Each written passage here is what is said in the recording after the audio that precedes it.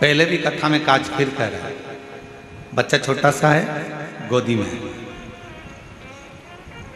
माँ बच्चे को कब उतारती है? जब वो बच्चा खिलौने से खेलने लगता है। भगवान अपने भक्त को वैभव देते हैं, गाड़ी देते हैं, बंगला देते हैं, धन देते हैं, संपदा देते हैं, सत्ता देते हैं, सब कुछ देते हैं, और धीरे धीरे मेरे भोले बाबा आपको अपने आप से दूर कर लेते हैं।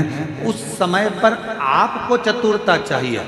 आप कितने भी व्यस्त रहो, आप कितने भी मस्त रहो, आप कितने भी काम में लगे रहो, पर मेरे शंकर भगवान का मंदिर मत छोड़ना, मेरे शिव का शिवालय मत छोड़ो, शिव पुराण मत छोड़ो, शंकर का भजन मत छोड़ो, मेरे महाकाल राजा का द्वार मत छोड़ो, मेरे कुबेर भंडारी का स्मरण मत छोड़ो। बहुत व्यस्त रखेगा वो। और सबसे ज्यादा व्यस्तता कब होती है? जब आपका मंदिर जाने का समय होता है। आपने सोचा कि सुबह टाइम नहीं मिलता तो मैं 10 बजे मंदिर जाऊंगी, तो भगवान सबसे ज्यादा व्यस्त तुम्हें 10 बजे कर देगा। तुमने सोचा कि मैं 10 बजे मंदिर नहीं जाऊंगी, शाम को 4 बजे जाऊंगी, जब सब दुकान चले जाएंगे, बच्चे स्कूल चले जाएंगे, सब अपने काम में लगे, 4 बजे मंदिर जाऊंगी, भगवान इतना व्यस्त कर देगा 4 बजे कि तुम मंदिर नहीं जाओ। फिर तुमने सोचा अब ऐसा नियम बनाती हूँ कि शाम को 7 बजे मंदिर जाऊंगी, सब आ जाएंगे, सबका खाना बना दूंगी, सबको घर में रुक के फिर मैं मंदिर। भगवान ऐसी व्यस्तता लाएगा कि 7 बजे भी तुम्हारा मंदिर का समय छूट जाए, तुम्हें दूर करेगा।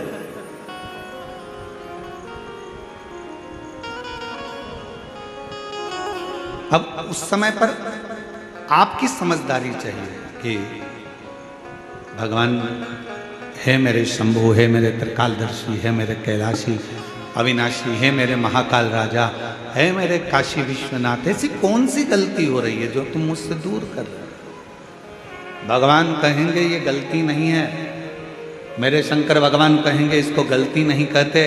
शिव जी कहेंगे तू इतनी मुझ में रम गई है, तू इतना मुझे मानने लगा है कि तेरे फैसले तू नहीं ले पा रहा, तेरे फैसले मुझे लेना पड़ रहे हैं, इसलिए अब तुझे थोड़ा दूर कर रहा हूं कि तू पूरा मुझ पर ही आश्रित है।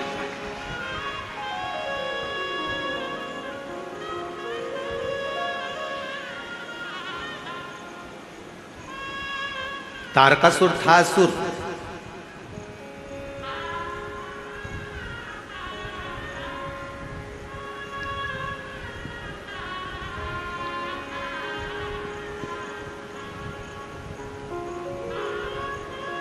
असुर था तारकासुर,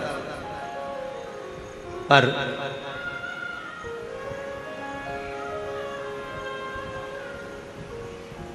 तारकासुर ने अपने बेटों को अपने पास में बुलाया, तारकाक्ष, विदुम्माली और कमलाक्ष की।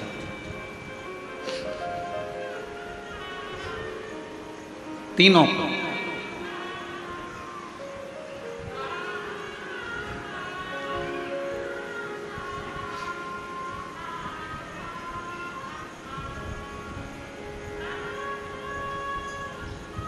और तीनों को बुलाकर तारकासुर ने अपने तीनों बेटों से कहा कि 3 को कभी मत भूलना। और सुन लो मेरी छत्तीसगढ़ की जीजियों, मेरे छत्तीसगढ़ के जीजाओं, बहुत सावधानी से।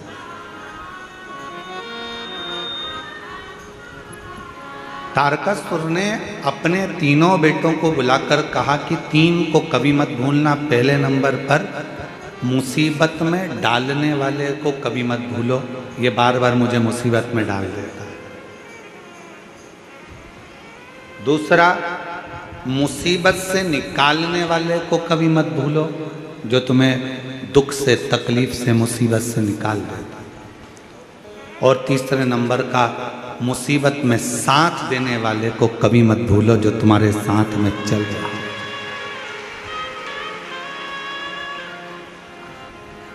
अब तारकासुर के तीनों बेटे तारकाक्ष, विदुम्माली, कमलाक्ष की तीनों के अंदर एक प्रश्न खड़ा हुआ।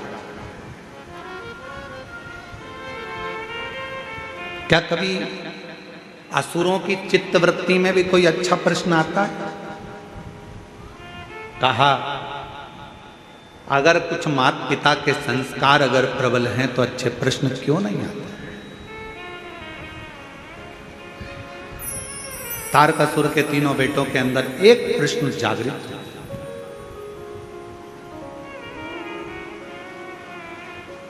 और वो प्रश्न कौन सा था? तारकासुर के तीनों बेटों ने कहा, पिताजी आप कहते हो मुसीबत में डालने वाले को कभी मत भूलो, मुसीबत से निकालने वाले को कभी मत भूलो, और मुसीबत में साथ देने वालों को कभी मत भूलो। इन तीनों का गुण क्या किसी एक में पाया जा सकता है?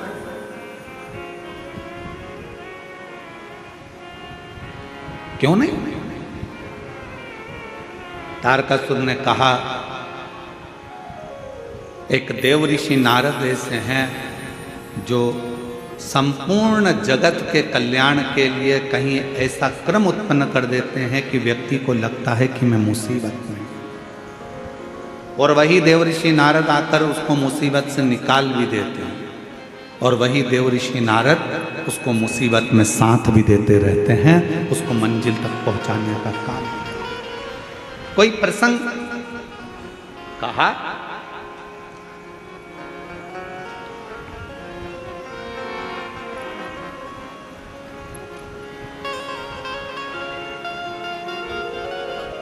तारकासुर ने कहा, एक प्रसंग मेरे स्मरण में आता है।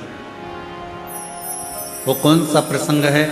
कहा, वो प्रसंग है भगवान शंकर के नेत्र से रुद्राक्ष की उत्पत्ति हुई, और भगवान शंकर के नेत्र के जल से ही अंधकासुर की उत्पत्ति।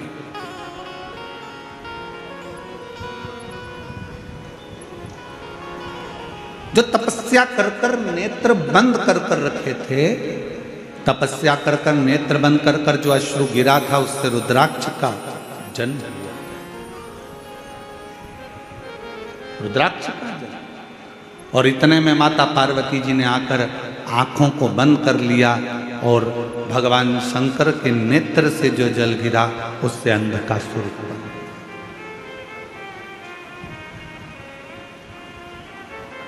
एक तपस्या का जल, एक साधना का जल, एक उपासना का जल, एक मेहनत का जल, एक परिश्रम का जल, एक संघर्ष का जल जो आपके और हमारे शरीर से निकलता है, वो साधारण नहीं होगा। आज पूरा विश्व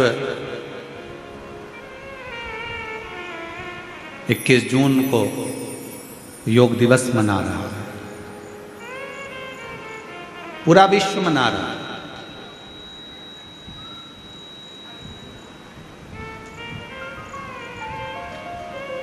योग ऋषि बाबा रामदेव जी ने पूरे विश्व में इस योग की एक ऐसी अलग जगह दी कि केवल भारत देश ही नहीं, विश्व में भी इस योग दिवस को मनाया जा रहा है। और सभी को इस पवित्र योग दिवस की बहुत बहुत बधाई हो। संपूर्ण देश और संपूर्ण विदेश, जहाँ जहाँ पर सनातन धर्म है, वहाँ के सारे सनातनी स्वस्थ रहें, योग करते रहें और अपने जीवन को अलमस्त होकर जिएं। यही काम।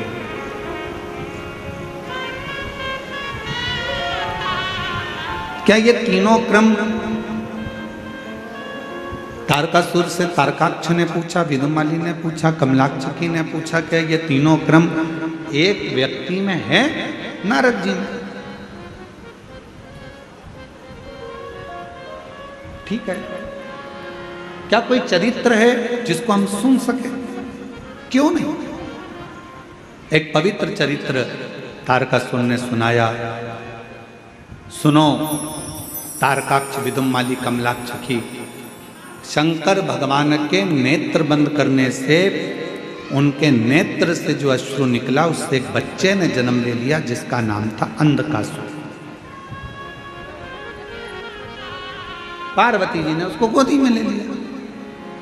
अब बच्चा अगर जन्म लिया है, बच्चा अगर रो रहा है, तो बच्चे को पार्वती जी ने अपनी गोदी में लिया। गोदी में लिया तो शंकर भगवान से कहा कि ये मेरा पुत्र है। शंकर भगवान ने कहा, ये तुम्हारा पुत्र नहीं है, प्रभु आपके द्वारा प्रकट हुआ है, तो मेरा तो पुत्र ही रहेगा।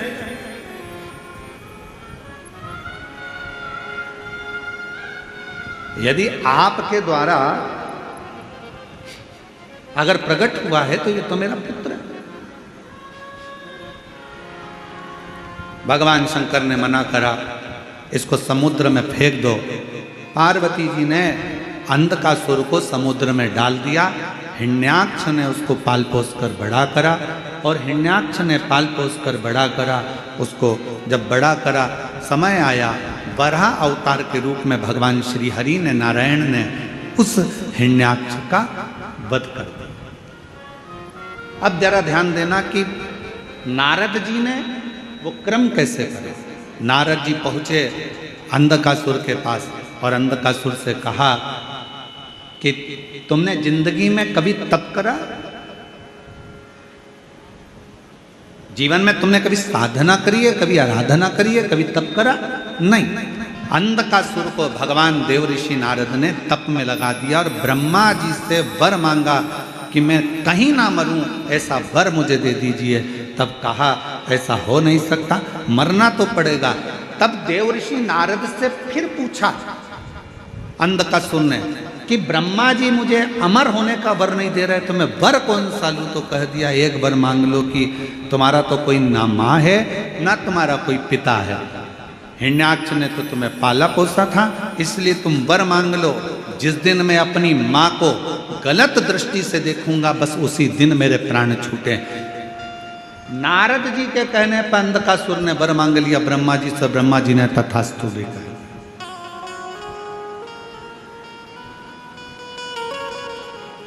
अब तथास्तु तो कह दिया,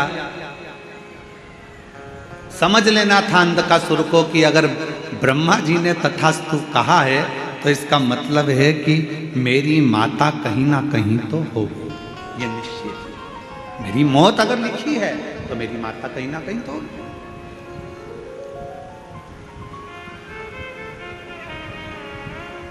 दे दिया भाई। और समय आया, तारकासुर ने अपने पुत्र तारकाक्ष, विदुम्माली और कमलाक्ष की तीनों से कहा, सुनो अब देखो, नारद जी का काम देखिए कि ये असुर था, इसको मरना था, इसके प्राण जाना थे, पर इसको तप साधना में लगाकर इसको वर दिलवा दिया। और वर दिलवा कर जब ये अपनी माता पार्वती की सुंदरता का बखान करेगा और पार्वती को अपनी अर्धांगिनी बनाने का जब प्रयास करेगा, तब इसके प्राण छूटेंगे।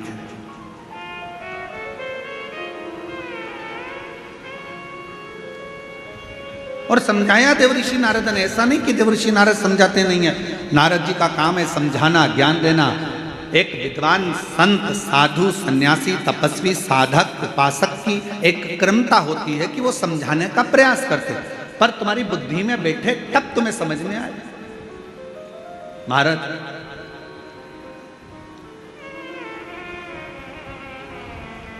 वो कहते हैं ना कि जब लड़के के लिए लड़की देखने जाते हैं तो फूफा जी जाते हैं, मामा जी जाते हैं, काका जी जाते हैं, बड़ा भैया जाता है, दामाद जाते हैं, सबको फोन लगाया जाता है, अरे दामाद जी तुम्हारे साले के लिए लड़की देखने जाना है। अच्छा।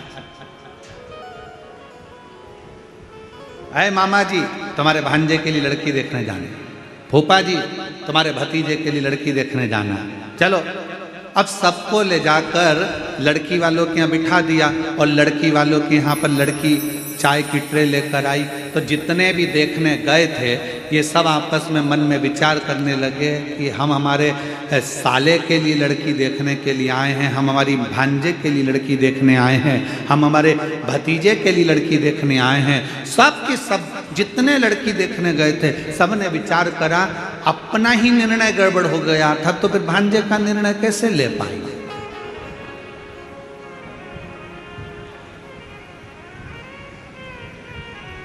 जब हमारी शादी की बात आई तो हमने विचार करा, मामा सोचे कि हमने विचार करा, फूफा सोचे हमने विचार करा, दामाद सोचे हमने विचार करा, हमारा निर्णय हमको ही अच्छा नहीं मिल पाया तो हम हमारे साले के लिए कौन सा निर्णय ले पाएंगे।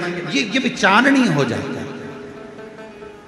परशु महापुराण की कथा एक बात कहती है, जन्म, मरण और परण ये तीन मेरे शंकर भगवान के हाथ में हैं, भगवान शिव ने ये किसी को नहीं। ये भगवान शिव ने किसी को नहीं दिया।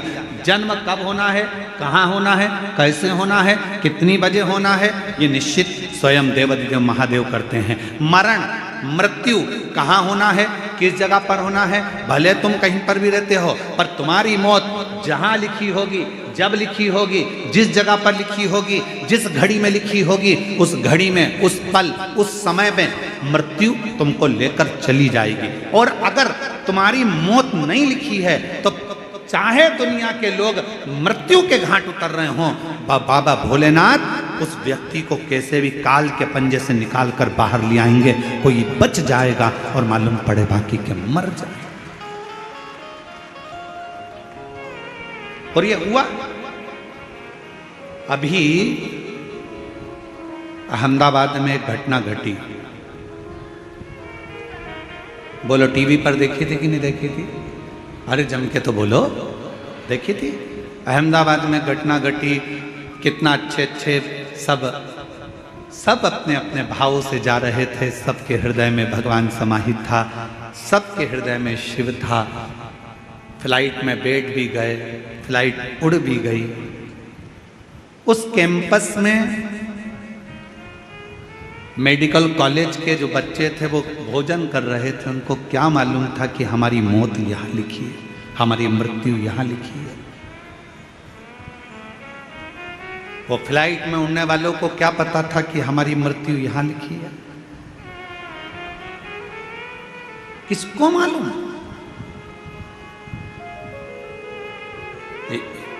किसी को नहीं मालूम कि मृत्यु कहाँ, कब, कैसे लिखी है। पूछा था मां पार्वती जी ने भगवान शंकर से। अमरनाथ की गुफा में बैठकर भगवान शंकर से पार्वती जी ने पूछा था, प्रभु मेरा एक प्रश्न का उत्तर दीजिए।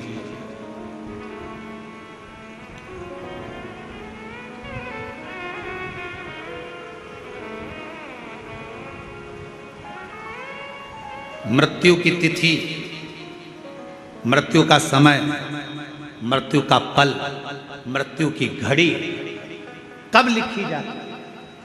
थोड़ा ध्यान देना। पूर्व में क्या हुआ है, तुमने कितना कमाया, कितना गमाया, पूर्व में क्या तुम्हारे पास था, क्या नहीं था, ये बताना सरल है। पर आने वाला समय क्या कह रहा है, कितने दिन जियोगे, कब चले जाओगे, कब आखिरी श्वास होगी, कब भगवान का भजन कर रहे होगे, कब प्राणों को त्याग रहे होगे, ये बताना कठिन है, बहुत कठिन। कोई कितना भी विद्वान संत बन जाए, कोई कितना विद्वान साधु बन जाए, कोई कितना विद्वान सन्यासी बन जाए, कोई कितना भी बड़ा महाराज बन जाए, वो बता नहीं सकता। याद रखना, सबसे पहला दर्शन करने के लिए मेरे शंकर भगवान राम जी के दरवाजे पर गए थे। माँ कौशल्या जी की गोद में से राम जी को गोद में लेकर दर्शन किया था। क्या मेरे शंकर भगवान को नहीं मालूम था कि राम जी को 14 वर्ष के लिए वनवास जाना पड़ेगा? मेरे राम जी को मालूम था। क्या मेरे राम जी को नहीं मालूम था कि सीता जी का परित्याग करना पड़ेगा? मेरे शंकर भगवान को मालूम था। पर मेरे शंकर भगवान ने ये सब कुछ देखा, पर भविष्य नहीं बताया कि आने वाले समय में तुम्हारे साथ क्या होने वाला है। याद रखना, संत, साधु, सन्यासी, तपस्वी, साधक, उपासक दुनिया में कितने भी पैदा हो जाएं, पर मृत्यु कब, कहां, कैसे होगी, इसका रिसर्च तो वैज्ञानिक भी नहीं कर सकते, साइंटिस्ट भी नहीं कर सकते। इसका रिसर्च तो केवल एक देवाधिदेव महादेव कर सकते हैं। शंकर ओघड़दानी ने लिखा, पार्वती से कहा, सुनो पार्वती, मृत्यु अटल सत्य है। जब बच्चे की नाल कटती है, माँ के गर्भ से जब बच्चा जन्म लेता है, उसकी नाल कटती है, उस नाल कटने के समय पर बच्चे की मृत्यु लिख दी जाती है कि कब, कहां, किस जगह, कैसे होगी। समय निश्चित हो जाता है।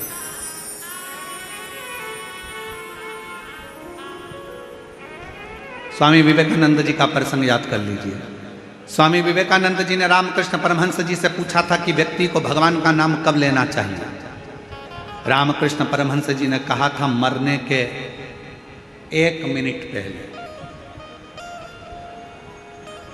मरने के 1 मिनट पहले भगवान का नाम लेना चाहिए। तो रामकृष्ण परमहंस जी से स्वामी विवेकानंद जी ने पूछा कि मालूम कैसे पड़ेगा कि मरना कब है? तो रामकृष्ण परमहंस ने कहा, जब तुम्हें मालूम ही नहीं है कि मरना कब है तो हर पल, हर मिनट, हर क्षण भगवान का नाम लेते रहो। कौन सा क्षण आखिरी होगा किसको मालूम है? कौन सा क्षण?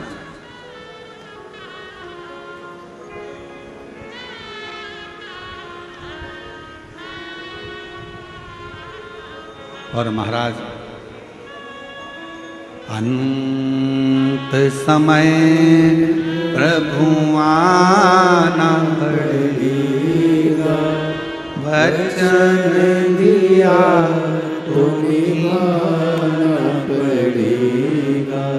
आए ना आए प्रभु कुटुंब कबीरा, अंत समय प्रभु आना पड़ेगा, वचन दिया तो निभाना पड़ेगा।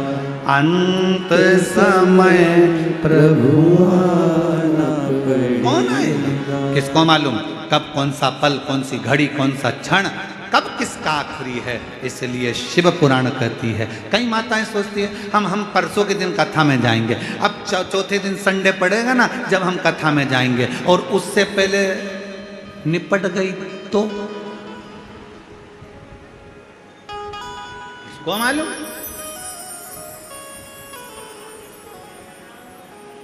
अरे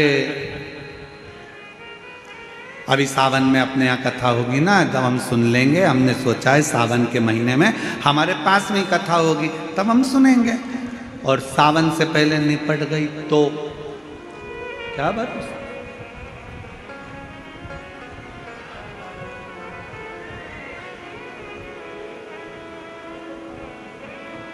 बहुत कठिन है महाराज, बहुत कठिन। खूब भगवान का नाम ले। खेत में काम करो, धान बो, अपनी मेहनत को पीछे मत हटो, परिश्रम पूरा करो।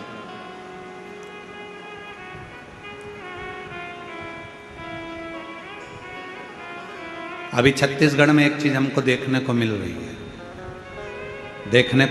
है, इसलिए हम कहने में पीछे नहीं हटते, भले किसी को बुरा लगे चाहे भला लगे। अभी हमको देखने को मिलता है कि कई किसान वर्ग के लोग, गांव के लोग अपनी अपनी जमीन को बेचकर शहर चले जाते हैं और सोचते हैं कि शहर में बहुत सारा सुख होगा, बहुत सारा सुख शहर में होगा। बड़ा बंगला बना लेंगे, जमीन बेची है तो थोड़ा पैसा मिल जाएगा तो बंगला भी बड़ा बन जाएगा, गाड़ी भी आ जाएगी, सब कुछ आ जाएगा। पर मेरा करबद्ध हाथ जोड़कर निवेदन है इस व्यासपीठ से कि जो छोटे छोटे किसान हैं, जो जंगल गांव में रहते हैं, जिनके पास ज़मीन है और जो धान की फसल लगाते हैं या अन्य फसल लगाते हैं, उनसे कहूँगा अपनी ज़मीन बेचकर कभी शहर में मत जाओ। जो गांव में सुख है उस शहर में नहीं मिल सकता। जो अपने गांव में सुख है वो शहर में नहीं। शहर की चमक जरूर लग रही है कि यहाँ गाड़ी मिल सकती है, बंगला मिल सकता है, शहर में पानी मिल जाएगा, शहर में ये मिल जाएगा, एजुकेशन मिल जाएगा, सब कुछ मिल जाएगा। शहर में तुम्हें गाड़ी भी मिलेगी, पैसा भी मिलेगा, धन भी मिलेगा, बंगला भी मिलेगा। तुम जमीन बेच कर जाओगे तो तुम्हारे पास ढेर सारा धन भी होगा, सब कुछ होगा। शहर में सब कुछ मिल सकता है, पर शहर में तुमको जो शांति और प्रेम चाहिए, वो प्रेम और शांति गांव के सिवाय कहीं नहीं मिल सकती।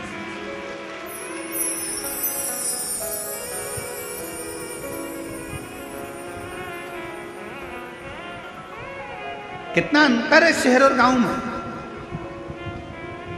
शहर में अगर कोई साधु भी आ जाए, संत भी आ जाए ना, तो लोग उसको भिखारी समझते हैं। मांगने आया होगा, दरवाजा बंद कर दो, दरवाजा मत खोलना, दरवाजे पर लिख देते हैं कुत्तों से सावधान, अंदर मत घुस जाना। शहर में अगर कोई साधु संत भी आ जाए तो लोग उसको भिक्षुक समझते हैं, भिखारी समझते हैं। और गांव में अगर कोई भिखारी भी आ जाए ना तो लोग उसे संत समझते हैं, साधु समझते हैं, सन्यासी समझते हैं, तपस्वी समझते हैं। मत बेचो अपनी जमीन को, भले थोड़ा सा टुकड़ा है, थोड़ी सी फसल लगाओ, अलमस्त जिंदगी जियो। अपनी जमीन है, अपनी जमीन पर रहे हो, तुम सब जमींदार हो। लोग कहते हैं ये किसान है, हम कहते हैं जिसके पास जमीन का भी अगर एक टुकड़ा है तो वो जमींदार से कम नहीं है, अपनी मस्ती में जीने वाला है, अपनी मस्ती।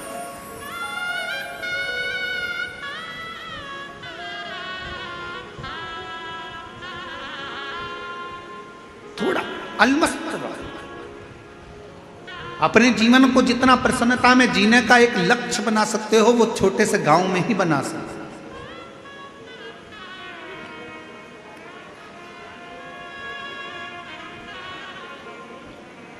शिव कथा करे, भगवान शंकर का चरित्र करा, शिव महापुराण की कथा करे, ये भगवान शंकर का संवाद कथा है। भीतर की जो प्रसन्नता है, देवऋषि नारद ने अंधकासुर को भगवान की भक्ति में लगा दिया। अब वो विचार करता है कि वर मिल गया, वर मिलने के बाद उसने विचार करा कि मुझे शादी करना है, कोई अच्छी लड़की मिल जाए। जो लड़की थी कहाँ, शिव जी उसको ब्याह कर ले गए। माता पार्वती जी की सुंदरता की ओर उसका मन डोल गया, मन उसका विचलित हो गया पार्वती जी की ओर, और आखिरी में पार्वती जी को लेने गया। उसको नहीं मालूम था कि ये मेरी माँ है, इसने जब मेरा जन्म हुआ तो गोदी में मुझे ले लिया था, और मुझे गोदी में लेकर ये निश्चित हो गया था कि ये मेरी माता हो। जब बच्चे की नाल कटती है उस समय पर निश्चित हो जाता है कि इसकी मृत्यु कब होगी, कहाँ मरेगा, किस जगह मरेगा, किस जगह प्राण छूटेंगे, जल में, थल में, वायु में, विमान में आदि, कहाँ, गाड़ी में, घर में, जहाँ उसके प्राण छूटने का होता है वहाँ का लिख दिया जाता है। अपने जिले में, अपने क्षेत्र में, अपने प्रदेश में, दूसरे प्रदेश में, दूसरी जगह में, कहाँ लिखा वहां जाता है, वहां।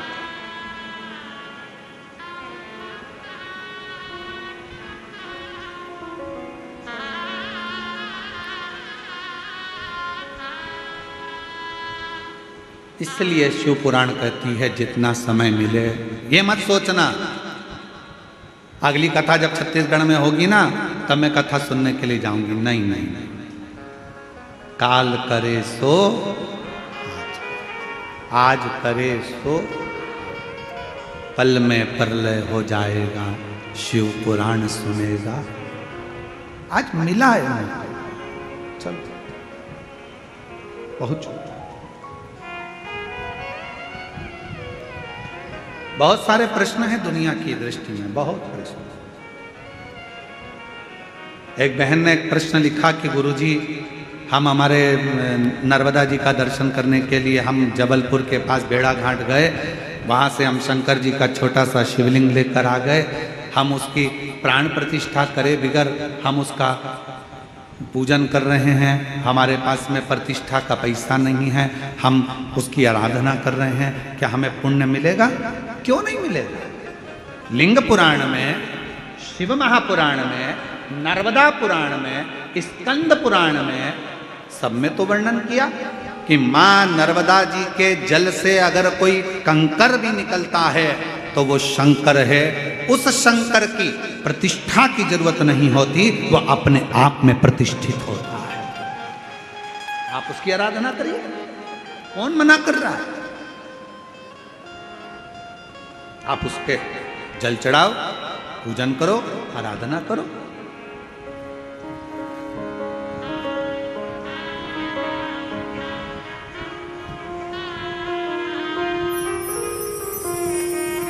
और आप जब उसकी आराधना करेंगे, उसका स्मरण करेंगे तो सुख अपने आप आएगा। और शंभु शरण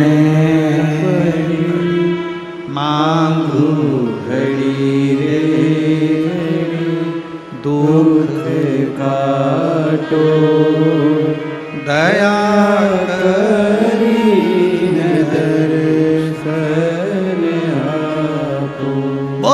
प्रश्न है, गुरुजी हम क्या भगवान का नाम ले सकते हैं? हम रजस्वला धर्म में हैं, क्या भगवान को पुकार सकते हैं? द्रौपदी का चरित्र कहता है कि द्रौपदी रजस्वला धर्म में थी, दुशासन बाल खींच कर लेकर गया, भरी सभा में खड़ा कर दिया, चीर खींचने लगा। आखिरी में द्रौपदी ने अपने गुरुजी से पूछा, गुरु द्रोणाचार्य से कहा, गुरुदेव कोई नहीं बचा रहा, मेरे पति नहीं बचा रहे, मेरे काका ससुर, काकी सास बैठी, अंधकार यहाँ पर धृतराष्ट्र गांधारी बैठे, वो नहीं बचा रहे, कोई बचाने को तैयार नहीं है, भीष्म पितामह नहीं बचा रहे, गुरुदेव आप बताओ मैं क्या करूं? तब गुरुजी ने कहा, एक काम कर, वो द्वारका नाथ को पुकारना प्रारंभ कर दे।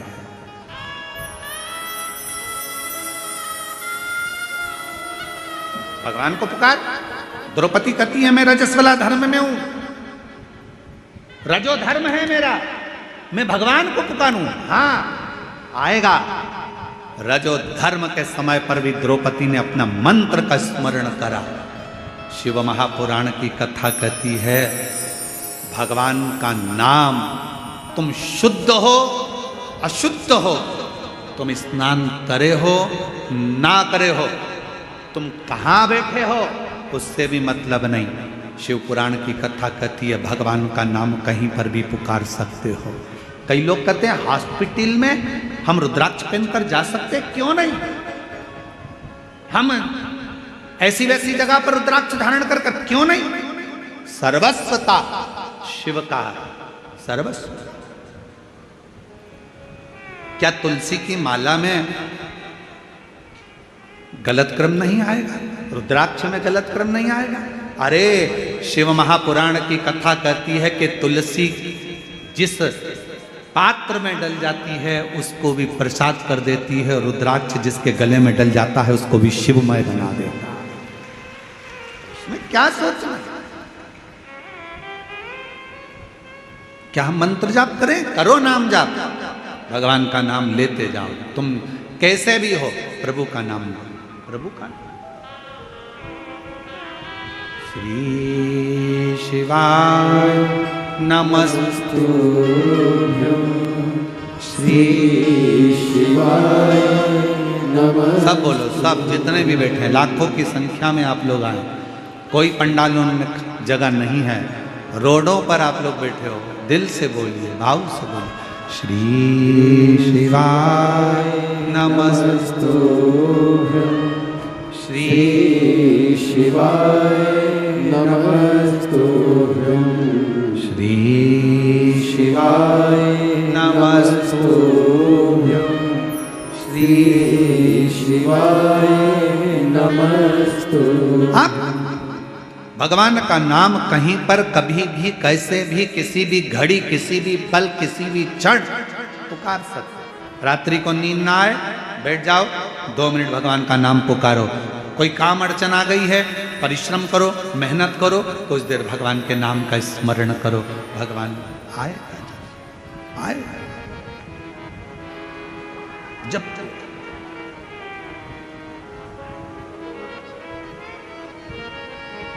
तब कहाँ कैसे प्राण जाएंगे कोई भरोसा नहीं। अंधकासुर ने सोचा कि मेरे प्राण जाएंगे ही नहीं, मेरी तो कोई माँ है ही नहीं, मेरी माता ही नहीं है तो प्राण जाने का काम ही क्या। पर उसको क्या मालूम था कि मृत्यु निश्चित है। संसार सागर में अगर आप आए हैं तो मौत तो निश्चित रहेगी, जाना तो पड़ेगा। प्राण को छूटे, इसलिए निवेदन है उसको पुकारना। अंत समय प्रभु सब बोलो, सब पड़ेगा, वचन दिया तो निभाना पड़ेगा। आए ना आए प्रभु कुटुंब कभी ना, अंत समय प्रभु आना पड़ेगा। वचन दिया तो निभाना पड़ेगा। अंत समय प्रभु आना पड़ेगा। पुकारते रहो, वो आएगा जरूर, उसको जपते रहो, वो सुनेगा जरूर, आएगा। उसको पुकार, सुन, शिव कथा करे। आखिरी में अंधकासुर ने पार्वती माता पर गलत दृष्टि दे दी और उसके प्राण चले गए।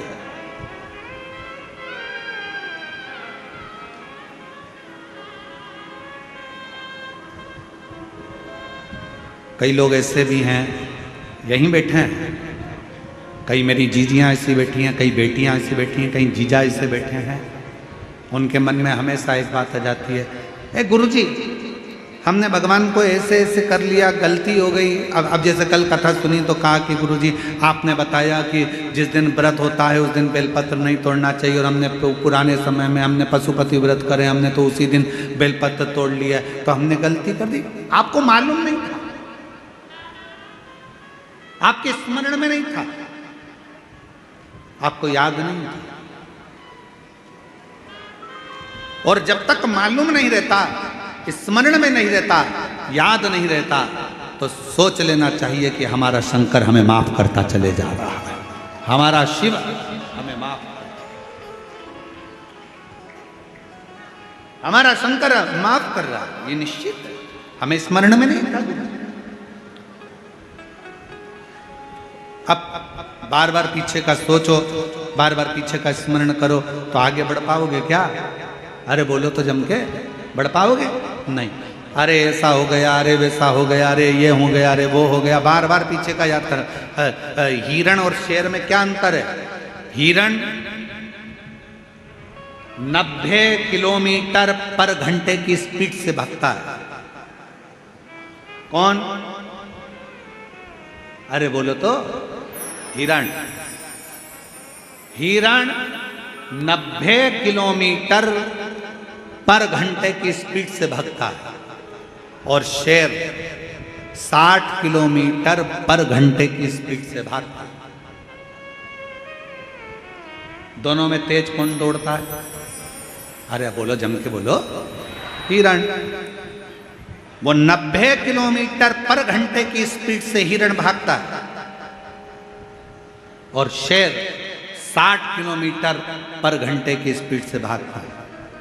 फिर भी हिरण का शिकार शेर कर लेता है।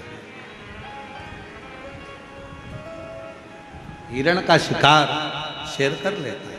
क्यों? कैसे? किस लिए? ऐसा क्या हुआ कि हिरण 90 की स्पीड से भाग रहा है, शेर 60 की स्पीड से भाग रहा है और उसका शिकार कर लिया जाता है? कैसे? तो शिव महापुराण की कथा का एक संवाद याद रखना। हिरण 90 की स्पीड से भाग रहा है, पर हिरण पीछे पलट पलट कर रुकता, पलट कर देखता, फिर भागता, फिर पलट कर देखता, फिर भागता। हिरण अपना आधे से ज्यादा समय पीछे देखने में लगा देता है, इसलिए 60 की स्पीड में दौड़ने वाला भी शेर 90 की स्पीड वाले का शिकार कर लेता है।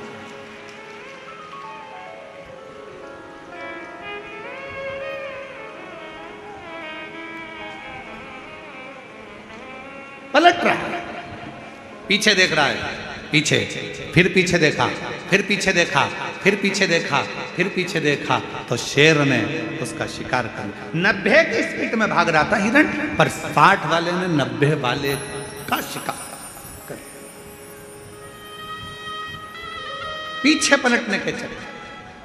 और आपसे निवेदन है मेरी छत्तीसगढ़ की जीजियों, मेरे छत्तीसगढ़ के जीजाओं, मेरी बेटियों बेटाओं, आपसे निवेदन है। कई बेटियां कहती हैं मैंने पहले एग्जाम दिया, 4 बार एग्जाम दिया, 5 बार एग्जाम दिया, मैं क्लियर नहीं कर पा रही हूँ, मैं सीए बनूंगी कि नहीं बनूंगी, डॉक्टर बनूंगी कि नहीं बनूंगी, मैं ये वाला एग्जाम पास करूंगी कि नहीं करूंगी, मैं ये कर पाऊंगी कि नहीं कर पाऊंगी, मैं इंजीनियर बन पाऊंगी कि नहीं बन पाऊंगी, मैं कलेक्टर बनूंगी कि नहीं, मैं एसपी बनूंगी कि नहीं बनूंगी। ये पीछे तुमने कितने भी एग्जाम दिए उसको मत देखो, तुम्हारी स्पीड 90 की होना चाहिए। अच्छा पढ़ो, मेहनत करो, संघर्ष करो और दौड़ते रहो, आगे बढ़ते रहो। फिर तुम्हारा शिकार कभी नहीं होगा, तुम एक दिन अपने सिंहासन पर बैठकर ही रहोगे।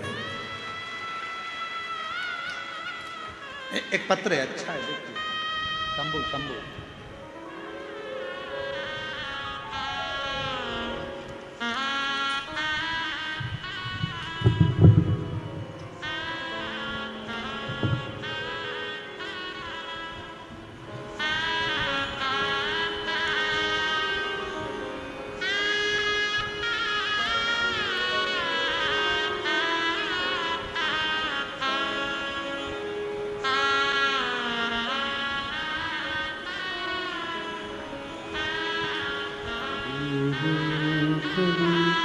दुख काटो दया करी दर्शन आपो, शंभो शरण पड़ी मागो घड़ी रे गई, दुख काटो दया करी दर्शन आपो। खुशबू राहुल जैन कहीं बैठे हों। खुशबू राहुल जैन, सरोना जिला कांकेर छत्तीसगढ़, मोबाइल नंबर ये है। खुशबू राहुल जैन अगर कहीं बैठे हों तो बेलपत्र लेने के लिए आ सकते हैं। खुशबू राहुल जैन, सरोना जिला कांकेर छत्तीसगढ़, मोबाइल नंबर। गुरुदेव, बाबा का कितना बखान करूं, कम है। गुरुदेव, मुझे झटके आते थे और झटके के कारणवश में गिर जाती थी और मुझे याद नहीं रहता था कि क्या हो, समझ नहीं आता। ये झटके आते आते सालों निकलते चले गए, जिंदगी बढ़ती चली गई। आयुर्वेदिक इलाज करवाया, डॉक्टरों का इलाज करवाया, पर कभी भी झटके बंद नहीं। आखिरी में किसी बहन जी के कहने पर कथा सुनना प्रारंभ करी। शिव जी पर जल चढ़ाना, बेलपत्र चढ़ाकर खाना, शिव जी के मंदिर की सेवा करना प्रारंभ करी और बाबा की कृपा से 11 मार्च 2021 से कोई झटका नहीं आया। बाबा की कृपा से मैं ठीक। 11 मार्च 2021 से लास्ट झटका आया था, उसके बाद से मेरे बाबा ने मुझे संभाल लिया। महाकाल बाबा की कृपा, कुबेर भंडारी की कृपा, मैंने शिव जी को अपना पिता मान लिया। गुरु जी, आप कहते हो कि शंकर भगवान से कोई संबंध जोड़ लो, और अगर एक रिश्ता भगवान से जुड़ गया तो तुम्हारी पूरी टेंशन तुम्हारे पिता की होगी। मैंने भगवान शिव को अपना बाप मान लिया। गुरुदेव, मेरे 2 बच्चे हैं, सोचती हूँ कि अपने बच्चों के लिए और अपने परिवार के लिए कुछ करती रहूँ, जिससे मेरा परिवार में कहीं धन की कमी ना हो। मेहनत आप कहते हो पूरी करो। मैंने भी एक दिन एकांत में बैठकर विचार करा कि मैं क्या करूँ। शिव जी के हाथ छोड़ दिया। मेरे पिताजी जैसा मार्ग बताएंगे मैं करूँगा। और बाबा की कृपा से एक दिन बैठी थी, एक साड़ी में फाल लगाने को आ गई। फिर मैंने ब्लाउज सिलना प्रारंभ करा, फिर मैंने बड़ी बनाना प्रारंभ करा, फिर मैंने पापड़ बनाना प्रारंभ करा, फिर मैंने चिप्स बनाना प्रारंभ करा। और आज बाबा की कृपा से अच्छा व्यापार मेरे शिव रूपी पिता के हाथ से चल रहा है और मैं अच्छा आनंद के साथ कार्य कर। किसके आश्रित होकर? शिव के आश्रित, शंकर के आश्रित। एक पत्र और लिखो। पद्मा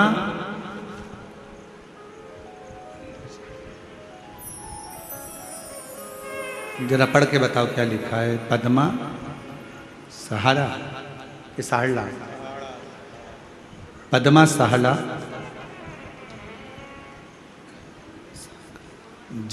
जामसार कला थाना डोंगर गांव से हूँ। कहीं बैठी हों तो हाथ हिला सकती हैं। पद्मा सहारा जामसारा कला थाना डोंगर गांव से हूँ। बाबा, व्यासपीठ को प्रणाम करती हूँ। गुरुजी, मेरे भोले बाबा की माला का वर्णन करूं, उसकी स्मरण करूं। बहुत गरीब थी गुरुदेव, कभी कभी तो 2 दिन भूखा ही रहना पड़ता था। जरा पत्र को आप लोग पढ़ेंगे तो आपको स्मरण में आएगा। बहुत गरीब थी, कभी कभी 2-2 दिन भूखा रहना पड़ता था। मैंने बहुत कुछ सहे गुरुजी, फिर भी मैंने बाबा पर